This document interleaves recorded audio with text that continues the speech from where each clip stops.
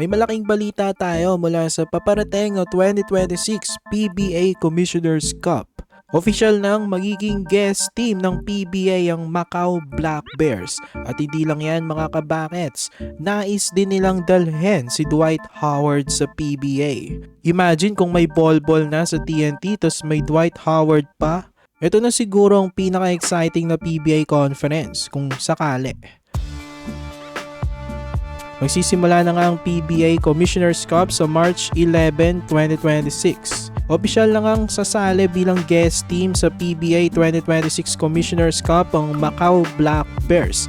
Marami ang familiar dito sa Macau. Nakalaban nga ito ng Gilas Pilipinas noon, isang friendly game sa Araneta. Pero ngayon papasok na sila sa pinakamalaking stage ng basketball dito sa Pinas, ang PBA.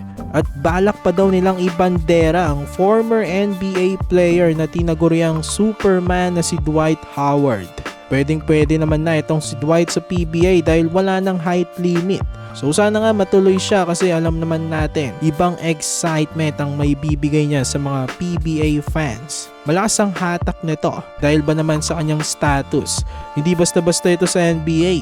8-time All-Star ito at nagkampiyon sa LA Lakers. May iba pa nga kinukonsidera itong legend.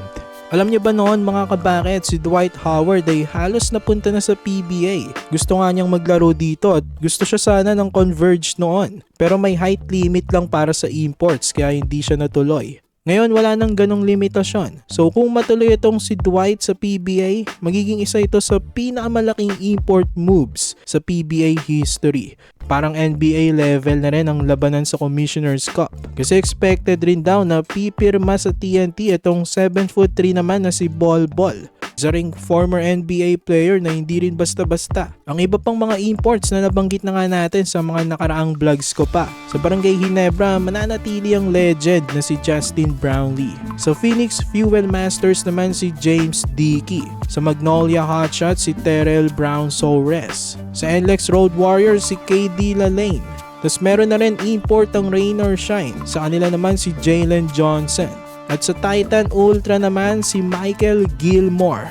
Mga 6'10" pataas ang lahat ng yan mga kabakets. Si Justin Brownlee lang ang pinakamaliit so far.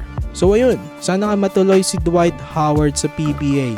For more PBA content, ilike nyo ng ating video at mag-subscribe na rin sa JB Buckets.